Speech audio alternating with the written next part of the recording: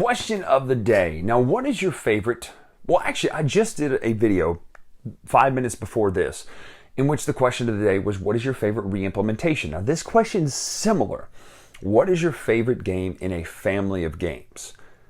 What I mean by that is Arkham Horror, Mansions of Madness, Eldritch Horror, and then what's the other one? The Eldritch, the one with the dice. Anyway, because today we're talking about a game in a family that does something of distillation. If you heard me talk about Glenn Drover's games, you know that my concept of distillation in board games is you take a major concept like 18xx and you distill it down into Railroad Rivals. You take something like Brass and you distill it down into Raccoon Tycoon. You take something like, Age of Discovery and you distill it down into Mosaic. Because today we're talking about Twilight Inscription. Now, if you've been watching my videos for the last 5 years on the Dice Tower, 500, 600 videos that I've done now, done a top 100 a few years ago, in my top 3 was Twilight Imperium. Now, I am blessed beyond measure to have a board game group that has played Twilight Imperium together over the last 5 years, more than some people have ever wanted to play it. Now, what I mean by that is it's a game that people want to get to the table but have a lot of trouble. It might be a 1 a year or 1 every 2 year game. We play this about 2, hopefully 3 times a year because it is just such a fun game. Keep that in mind as we go through this review of Twilight Inscription, the roll and write version of Twilight Imperium. So let's take a look at what it does. We'll come back up and talk final thoughts right now.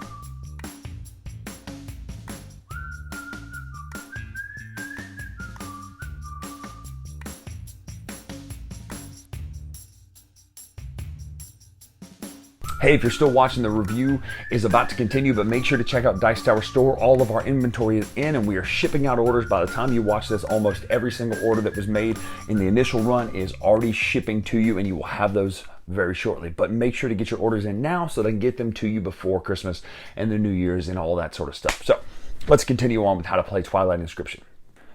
All right, so this is Twilight Inscription. It is a roll and write. Yes, this is a lot of information, so it's a heavier roll and write. So, first of all, if you're a fan of Twilight Imperium like me, it's in my top 3 games of all time, you know these factions. All the different races and factions here, all the symbols are there. They're all going to give you a certain power that you can use that is related to kind of how they act in the main game. A little bit of backstory here. In fact, there's novels about this. That they're releasing right now, which is pretty cool. But it's got all of them. They're all here. Those space turtles and those space lions are definitely here. And let's be honest, we all love a good Emirate of Hakan or Hassan. Someone let me know in the comments below. But anyway, you're going to get your special affiliation, your race, your tribe, whatever you want to call it, and then you will use them in the game. So you're going to have a setup of a deck here of rounds. So you're going to flip these over. They're going to be based on the color and the type. Will tell you how to set them up. For instance, this says, choose an active sheet and spend this card's resources. So every player will have these 4 sheets. You have navigation, expansion, warfare, and industry. Now, this is a cursory overview. I'm not giving you a full teach, but I'm going to get pretty good with the details so you know what to do. So, choose an active sheet and spend this card's resources. So you will choose a sheet and spend the 2 free resources it gives you. So let's just say, now there's a how to play guide that kind of walks you through the first 4 rounds and it kind of goes boom, boom, boom, boom. So let's just say we choose navigation. On this board, you're going to spend symbols to explore an adjacent system and then claim an explored system. The way that works is you already have these out here explored. So you see the line here, you have these orange chalk pencils. And you say, why does it matter that they're chalk pencils? Why do they make a big deal about it? I'll show you why.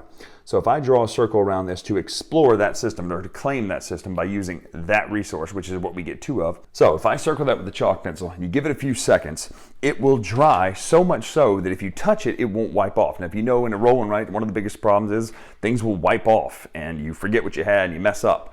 And rather than use a pen and paper, these chalk pencils allow that to stay until you're ready for it to come off. Notice the residue there from erasing. So you're going to spend those symbols first. On this board, the navigation, you can draw lines using this symbol and then the triangle symbol, which are on here. You can use those lines. Now these green, purple, or green, pink, and blue dice will not come into play just yet. I'm just showing you the symbol. You can use those 2 symbols to explore, and that means you can draw lines from places that you have claimed out further. Now you don't have to claim them, you just have to be attached to your explored route. So maybe I have this to here, And then maybe I want to use those symbols now. So let's just say we have this in round 3. It's not round 3, it's round 1. But I want to use this now, that symbol, to claim a place. Now that I've claimed this, the dashed lines are things that you can spin by crossing them out. The dotted lines kind of happen immediately. So there's a lot of things that correspond from here to the other boards. But that's the gist of the navigation. Is you're going to be going around exploring, getting resources and things. Now you can use these wormholes to move between wormholes eventually once you've unlocked that power through the gravity drive. And you can unlock certain things using symbols or a technology, a specialty they call it. So these blue symbols, the yellow symbols, and the red symbol there, you recognize those from the planets in the regular game. Let me zoom in just a touch. So Mechatol Rex is here. If you've explored and claimed Mechatol Rex, you get to write your name up there on the Mechatol Rex board, which gives you some points at the end of the game. Now, there are also some goals for each board you're looking for to collect points. First one there gets more, second one obviously. This has have 12 consecutive claim systems. Now that means have 12 systems that are consecutive, touching along a route that are claimed, not just explored. See, this is what I was talking about with the chalk pencil. It doesn't wipe away anymore, which is nice. But explored, which means you have the circle around them. So that's that first goal. We'll get through the rest of them in a minute, but that is the gist of this board. You're going to be moving around, collecting the resources that are on here that you can spend elsewhere on your boards. For instance, this ties right next to the expansion board. Also, let me just clarify, once you've spent these, the speaker then rolls all the dice. Now, even if no one has access to these bonus dice, you still roll all the dice, and then we calculate what's here, and you spend the dice results. Now, some people eventually will get access to these better dice, but not on every board. You have to unlock those dice per board right here. See that symbol? Once you've underlined it, you now have access to that dice when choosing this. So essentially, you're going to be choosing one of these 4 boards to activate. Now, they're not all like this. Some of them are warfare, some of them are production. A lot of things happen like in the regular game. Let's move over to expansion. So in order to use these planets, notice this symbol here corresponds to this symbol here. Let's just say I want to explore and use the hazardous planet. I would then cross off this, now showing that I've used it, to unlock this one, or whichever one you want.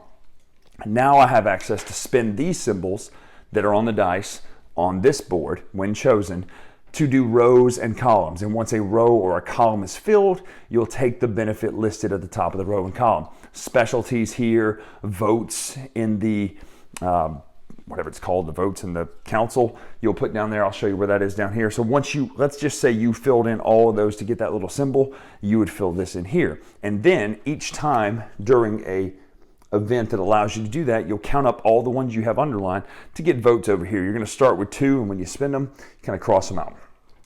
That's why there's so many. But that's the gist of the expansion board, is you're going to be moving around that, bumping stuff up. You can build space docks instead by spinning a planet, and then once you've spent enough symbols, you'll get access to those bonus die as well. So that's kind of the gist of what this is. Now there's a resource tracker here on the top of this board. If you need to know, okay, I've spent this many of that symbol, just in case you want to keep track of what you spent. But the gist of this board is to take the symbols and fill in rows and columns of the planets that you have used so that you can get the bonuses associated with them. Some of them are population, which will give you points at the end of the game. That symbol there with the little stars is points. Let's move down here to industry. I'm going to move there first before warfare because it's the trickiest one, and I'm going to move it over out of that glare. So industry is you're going to be crossing out the symbols based on, and again, all the boards have a kind of a pattern of what you can do on the board. So here it says scrap an unmarked space adjacent to any marked space. So currently we have a marked space right there. So if you want to scrap a symbol, it would mean that you draw an X through it, which means you can't claim its resources. However, you can only claim one unmarked space adjacent to a scrap space. You're going to be making the sacrifice to scrap to move you further on this industry track. Now, this is very abstract, but you're building your civilization in the industry. Now, again, there are 2 technologies on each board that you can spin the symbols given you on the game to gain those benefits. You can then spend a blue to go ahead and spend 4 of that symbol. So again, you can use the specialties that you're going to gain from up here to do better down here. Again, it all ties together, but it sounds like a total mouthful when trying to teach this game. That is one of my critiques, is this is a hard game to teach, because if you look at this, it's kind of like, oh my gosh, where do I even start? Because this ties to this, which ties to this, which ties back to this, which ties to this. So there's a lot of interconnectedness in this game, but just know that the symbols here are what you typically spend them on. If you have specialties, you can also spin those to move them over. you're going to be using the different symbols here, again, to claim and scrap. Once you've claimed it, you'll then mark it down here. So now that we've marked this, we've claimed that yellow, we'll come down here and mark here that we have this symbol. So we'll mark that in. And once you have an entire column complete, you get the benefit below it. This is a trade good. Trade goods can be spent as any resource. And again, you're going to move further along this to where as you keep going, you're going to get more and more benefits for doing these columns and things of these symbols here. That's hence the yellow, the triangle, or the square, the triangle, and the circle there. Some of them are doubles, and when you would do that, you would go ahead and fill in 2 to show as you go along the track there. Now let's go over to warfare. This is the trickiest one. Warfare. You'll notice this orange line down here at the bottom. Now, as you turn these cards over, you're going to come to warfare events. So let me show you. This one's war. Now, this is actually a 5, so it's pretty far in the game. Resolve a war against each neighbor using the final section. So this is the final. So essentially, notice this orange line here. Each time you have a war, you're going to draw the line up, and then up here, and then up here, and then the final one is this top section. You do have to keep building into these sections. How do you build? These are your units. So instead of nice little plastic units, you've got these dots and symbols to show the types of buildings that you're building. Now notice these two have to have a specialization before you can build a War Sun or a Dreadnought. And once you do, you cross out these symbols to build them so that you can build a Dreadnought. Now you have the options here, here, here, and here showing you how you can build them. So either 1 red, 1 blue, or 1 yellow, or green there, triangle. This one's 2 square, 2 square, 2 square, or 1 of those. They're limited to that. And once you build them, you're going to draw them over here in this section. So you're going to keep them in the section right above that line. If you were to cross over one of the symbols here when you draw it, so let's say we drew a PDS like this, because that is the shape of the PDS, we would also claim this victory point. And then in the fight, we would get whatever strength that offers based on the dots and things that it offers during a fight. You'll fight the person to your right and the person to your left. Again, you can look in the rules a little closer for this to see how exactly strong you are.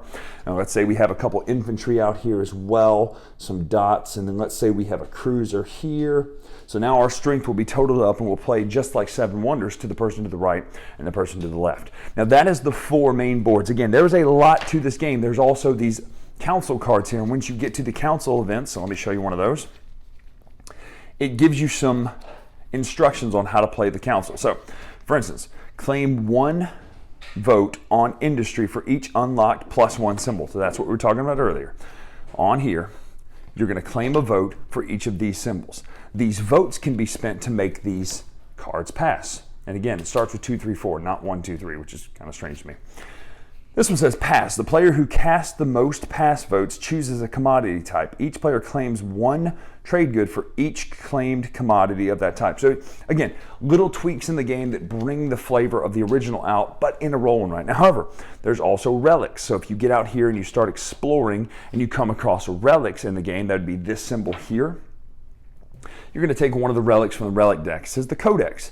You may play this relic at the end of any round. Resolve 1 per active technology on each sheet, even if those technologies are locked. So it's little ways to boost your game. Again, the game will end at the end of all those rounds. You'll check those goals from each of the maps. Whoever gets the points for those, you'll get the points for discovering Mechatol Rex, your population, any points gained in the game. The person with the most points obviously wins the game. But it is a mouthful to learn this game, but there is a lot to it and a lot of rewarding nature to this. But big, heavy roll and write. But that's a cursory overview. Again, me teaching this and you watching this video will give you a basic idea how to play, but there is also the play and learn guide, which I highly recommend you use if you want to play this game. Great, interesting concept. Twilight Inscription.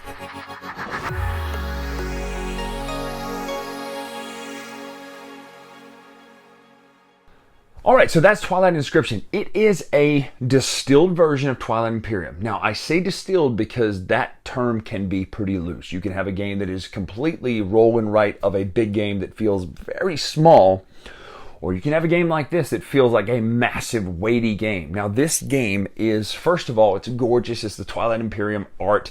The boards themselves are a little plainer than I would love for the actual art, but it does kind of look like the Twilight Imperium art of the board. The one thing that's missing are the beautiful planets and things like that from the art from the main hex board of the original. Now, The art on the cards is great. I love that there's the flavor there from each different alien faction and race and all that sort of stuff. That to me is fun. I love that you get a little bonus. However, it is still a roll and write. But when you hear me say roll and write, don't think of like Lost Cities, the dice game. It is not that. This is a full-blown game. If you showed this to someone who is familiar with roll and writes and is familiar with heavy games, when they see this, they don't say, oh, this is a roll and write. They say, oh, this is a heavy game, because it is a heavier game. And there's a lot going on in this game. The art is great, but the art direction is good. But it's not the art direction's fault. It's the game's concepts and mechanics fault that make it kind of difficult sometimes to follow. Oh, wait a minute. Can I spin this from this board over here? Can I cross this out to get these? Oh, wait, that symbol. What does that do again? Does the dotted lines mean this? The dashed lines? There's so much going on in this game. So when I said earlier, I have a game group that I'm blessed beyond measure to be able to play 2 to 3 times a year of Twilight Imperium with Prophecy of Kings, all of it, 3rd edition, 4th edition, all of it. When I taught them this, they were like, what? This is... ugh. So it's a tough teach. Now, that doesn't mean it's a bad game, but it is a tough teach. I highly recommend breaking the protocol of doing the, let me teach you this game and let's play. I really feel like you should use the Learn to Play guide and say, okay, we're going to learn this really quick. I know how to play, but I'm going to teach you through this, because the Learn to Play puts it in order. Do this first, then do this, then this, then this. This is a tough game to teach. It is a tough game to grasp.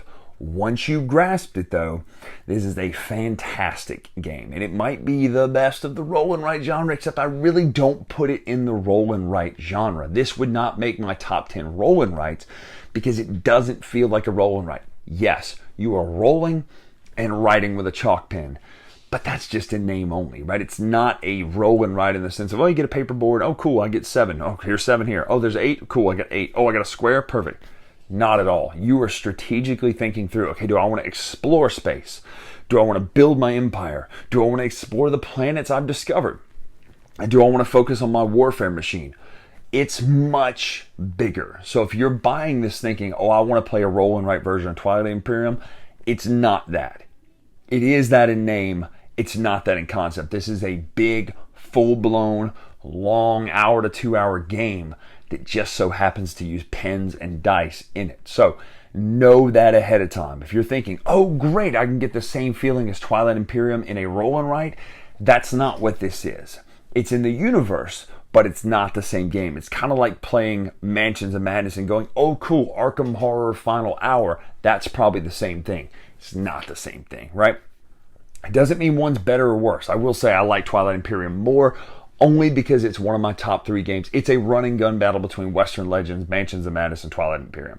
Those 3 games at any point sit at my number 1 of all time. Kind of like Roger Rabbit and the Indiana Jones movies sit at my number 1 movies of all the time. It's Indiana Jones currently, all 3 of the original trilogy, and then 4 is somewhere below, like, I don't know, Jingle All the Way or something like that. It's way low. But just know that this is not the same experience, but it doesn't mean it's a bad experience.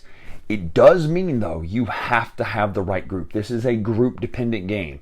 And if your group does not want to learn this game when you're teaching it, you know what I mean when I say that. It doesn't mean they don't want to play a game. It means they don't want you to teach a long teach.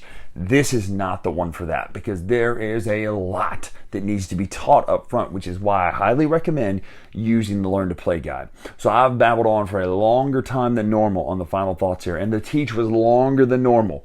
But I just want you to know, if you want to play this game, it's so rewarding and it's so much fun. If you're thinking, I can get into this game quickly because there's a roll and write, you cannot. You need to know the rules cold. You need to be able to teach the boards quickly, which the Learn to Play is good for that. And then you probably need to just give a few turns to let everybody go, what are we even doing here? Gamers who are experienced, I don't mean like people who are off the street, like, oh, you never played a board game before. You played Sorry, Clue? Cool, let's play this. I mean people who play every one of these games behind me and those over there and the ones in the garage and the ones in the shed.